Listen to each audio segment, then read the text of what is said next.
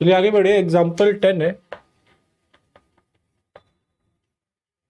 कि show that 5 minus root three is irrational. तो ये शो करना है 5 माइनस रूट थ्री एक इरेशनल नंबर होगा। तो ऑन द कॉन्ट्रेरी मान लेते हैं 5 माइनस रूट थ्री एक रेशनल नंबर है जिसको हम a अपॉन बी फॉर्म में लिख सकते हैं, जहाँ पे a और b इंटीजर्स है और अगेन आपस में को प्राइम। क्लियर है? अगर हम इसको थोड़ा सॉल्व करें तो हम ऐसा लिख सकते हैं 5 minus a upon b is equal to root three. लिख सकते हैं ऐसा। यहाँ से आ जाएगा 5b minus a upon b, इसकी वैल्यू रूट थ्री आ जाएगी। अब बच्चों b एक इंटीजर है और a भी एक इंटीजर है, तो जब इंटीजर से इंटीजर को सब्ट्रैक्ट करते हैं तो रिजल्ट भी एक इंटीजर ही आता है। इंटीजर अपॉन इंटीजर वाली जो फॉर्म होगी ये कुछ कुछ उस तरीके की होगी, p अपॉन क्यू फॉर्म जैसी। तो इसका मतलब ये तो एक रेशनल नंबर हो गया जो हमारे पास लेफ्ट साइड में लिखा है, और हम पहले ही प्रूव कर चुके हैं कि रूट थ्री एक इरेशनल नंबर है। देयरफॉर ये तो इरेशनल के इक्वल हो गया। ऐसा तो होना इम्पॉसिबल है, रेशनल इरेशनल के इक्वल तो हो ही नहीं सकता। देयरफॉर जो हमने एज्यूम किया था ये एजम्पशन गलत होगी।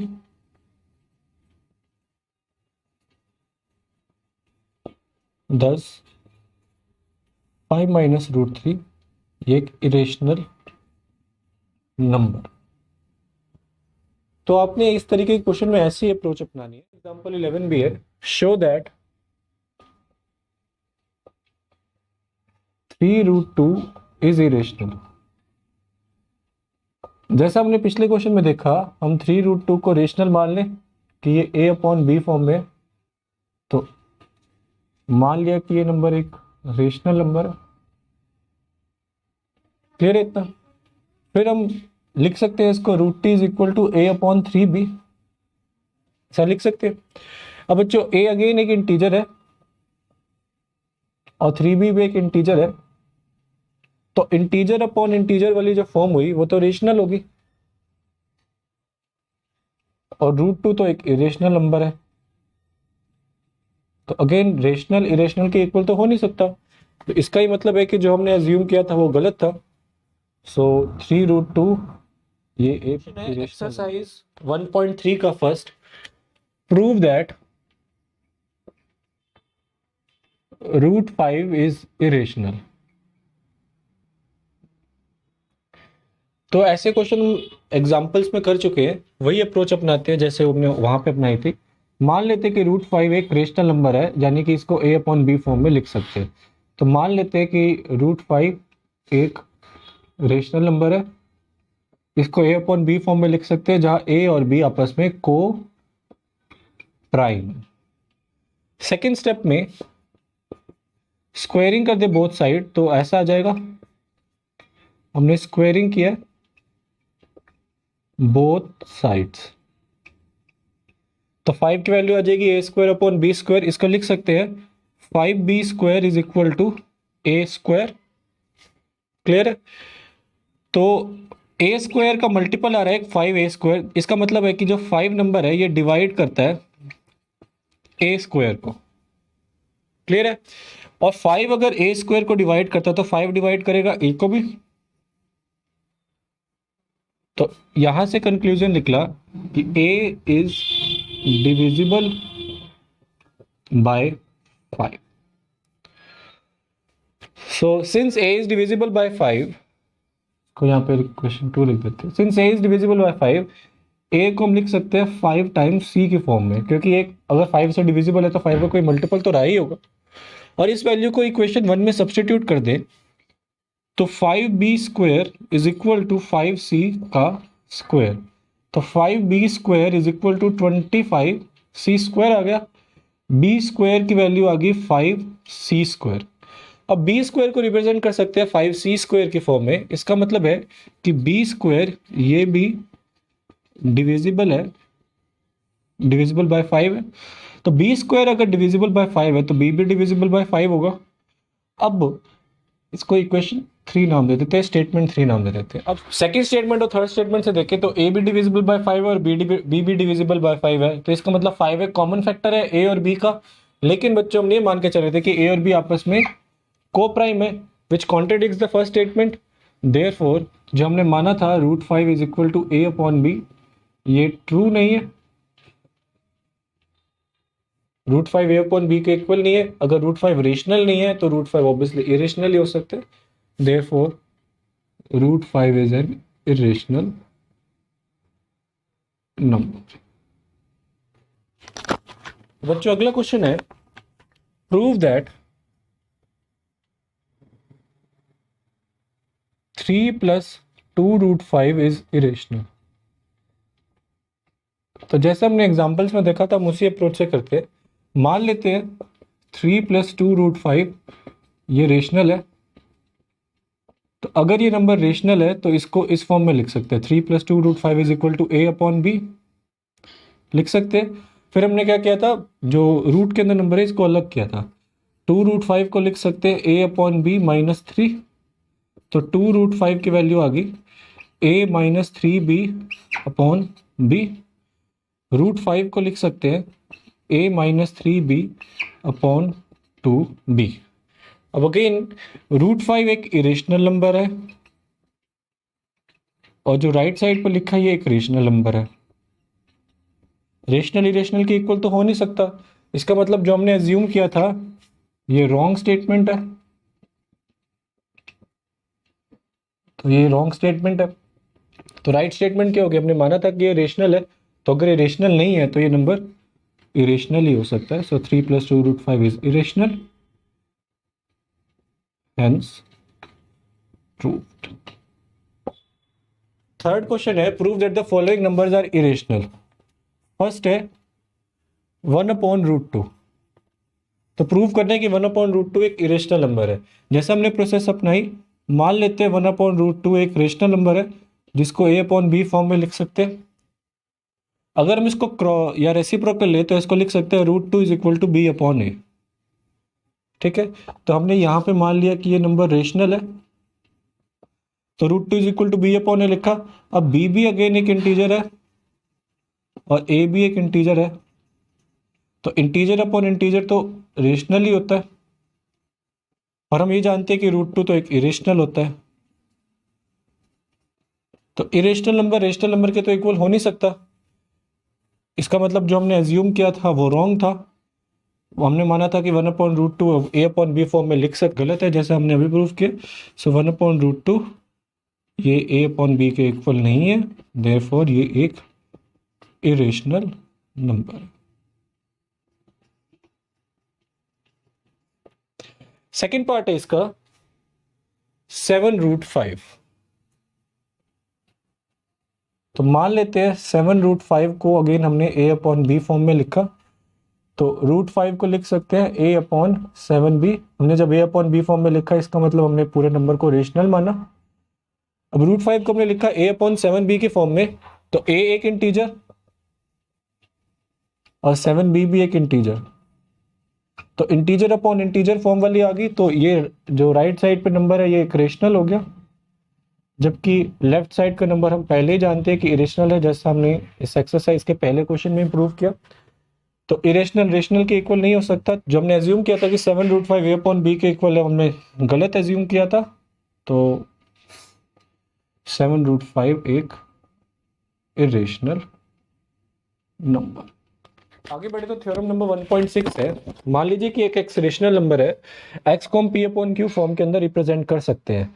अगर क्यू का prime factorisation 2m × 5n form के अंदर आए तो x का जो डेसिमल एक्सपेंशन होगा ये टर्मिनेटिंग होगा। और थ्योरम नंबर 1.7 है कि अगेन x एक रेशनल नंबर है और x को p अपॉन q फॉर्म के अंदर रिप्रेजेंट कर सकते हैं। तो q का जो प्राइम फैक्टराइजेशन है अगर वो 2m × 5n के फॉर्म में ना आए तो x का डेसिमल एक्सपेंशन सेल्फ रिपीटिंग होगा। अगर डेसिमल एक्सपेंशन को 2m × 5n के फॉर्म में रिप्रेजेंट कर सके तो डेसिमल एक्सपेंशन टर्मिनेटिंग, अगर ना कर सके तो self repeating. So first question है एक्सरसाइज 1.4 का। जैसा हमने पिछला थ्योरम देखा था, हमने उसी बेसिस पे बताना है कि इस क्वेश्चन में डेसिमल एक्सपेंशन जो होगी ये टर्मिनेटिंग होगी कि सेल्फ रिपीटिंग होगी। तो हम डिनोमिनेटर पहले हम देखते हैं कि न्यूमरेटर और डिनोमिनेटर आपस में कोप्राइम है या नहीं। तो 13 एक प्राइम नंबर है, तो ये आपस में हम पक्का कोप्राइम है। 3125 के अगर हम फैक्टर्स बनाए तो ये बनेंगे 5 से कैंसिल तो 625, फिर 5 से कैंसिल तो आ जाएगा 125, फिर 5 से कैंसिल तो 25, फिर 5 से कैंसिल तो 5, तो 5 की पावर 5 आ गया। तो इसके डेसिमल एक्सपेंशन को हम रिप्रेजेंट कर सकते हैं 5 की पावर m इंटू इसको रिप्रेजेंट कर सकते हैं 5 की पावर 5 इंटू 2 की पावर 0 फॉर्म में। तो ये डेसिमल एक्सपेंशन टर्मिनेटिंग हुई। नेक्स्ट है 17/8। तो 8 को तुम रिप्रेजेंट कर सकते हैं 2 क्यूब से।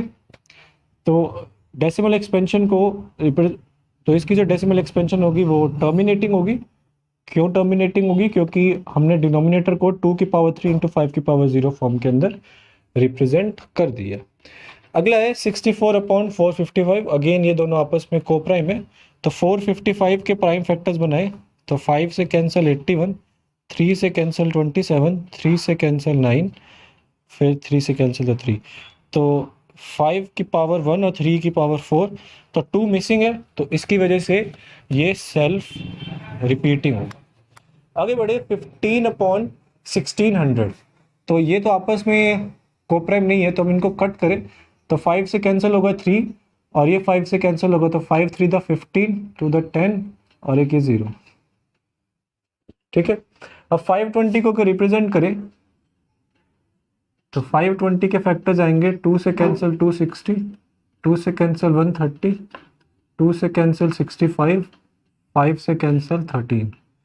तो 2 क्यूब इंटू 5 इंटू 13 इस क्यूब को रिप्रेजेंट कर सकते हैं।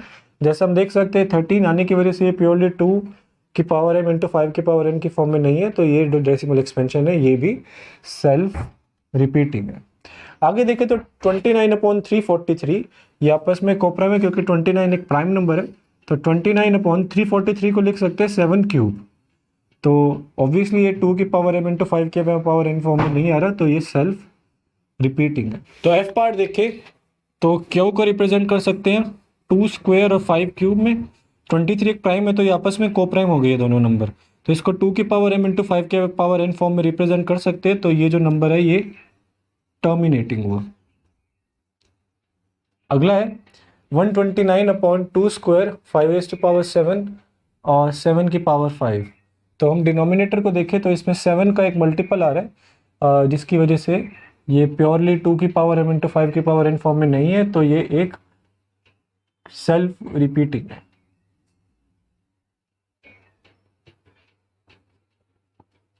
अगला है 6/15। ये आपस में कोप्राइम नहीं, अगर कट करें तो 3 से कट करें तो 2, ये 5 आएगा। 5 को हम रिप्रेजेंट कर सकते हैं 5 की पावर 1 इंटू 2 की पावर 0 फॉर्म में। तो प्योरली 5 की पावर m इंटू 2 की पावर n फॉर्म में रिप्रेजेंट किया है। तो इसकी वजह से ये नंबर जो है ये टर्मिनेटिंग है। और लास्ट पार्ट है इसका 35/50। ये भी आपस में कोप्राइम में नहीं है। सो 5 से कैंसिल करें 7, ये 10 आएगा। तो 7/5 इंटू 2, तो 5 की पावर m इंटू 2 की पावर n फॉर्म में रिप्रेजेंट किया। तो ये एक टर्मिनेटिंग एक्सपेंशन। तो सेकंड क्वेश्चन में डेसिमल एक्सपेंशन निकालनी है। जो जो हमारे केस में टर्मिनेटिंग आए थे उनकी डेसिमल एक्सपेंशन निकाल देनी है। लेकिन हम क्वेश्चन 3 करेंगे। हमें ये बताना है कि 3 नंबर्स में से कि क्यू के प्राइम फैक्टर्स क्या होंगे। हम सिर्फ नंबर्स को देख के बताना है। तो फर्स्ट नंबर देखें तो लिखा 43.12345678 9। तो ये जो डेसिमल एक्सपेंशन है ये टर्मिनेटिंग है। और टर्मिनेटिंग डेसिमल एक्सपेंशन कब होती है? जब क्यू को हम 2 की पावर m इंटू 5 की पावर n फॉर्म में रिप्रेजेंट कर सकते हैं, तभी हो सकती है। सो इसका आंसर आएगा क्यू की prime factors 2 raised to power m into 5 raised to power n form में होंगे। सेकंड को देखें तो 0.120, 120, 120, 000, 1200000 एंड सो ऑन। तो यहाँ पे एक सिंगल 0, डबल 0, 30, 40। तो ना तो कोई नंबर रिपीट कर रहा है इसमें और ना ही डेसिमल एक्सपेंशन कहीं ना कहीं पॉइंट पे आके खत्म हो रही है। तो ये जो नंबर है ना तो ये सेल्फ रिपीटिंग है और ना ही ये टर्मिनेटिंग है। तो ये नंबर एक इरेशनल नंबर है। तो इरेशनल नंबर की हम को पी अपॉन क्यू फॉर्म में रिप्रेजेंट नहीं कर सकते, तो 2m इंटू 5m तो आएगा ही नहीं।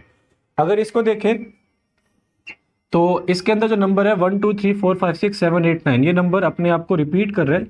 देयरफॉर इसका जो डेसिमल एक्सपेंशन होगा वो 2m इंटू 5m फॉर्म का नहीं होगा, कुछ और मल्टीपल इसमें आ सकते। तो ये 3 क्वेश्चंस थे इस एक्सरसाइज के लास्ट।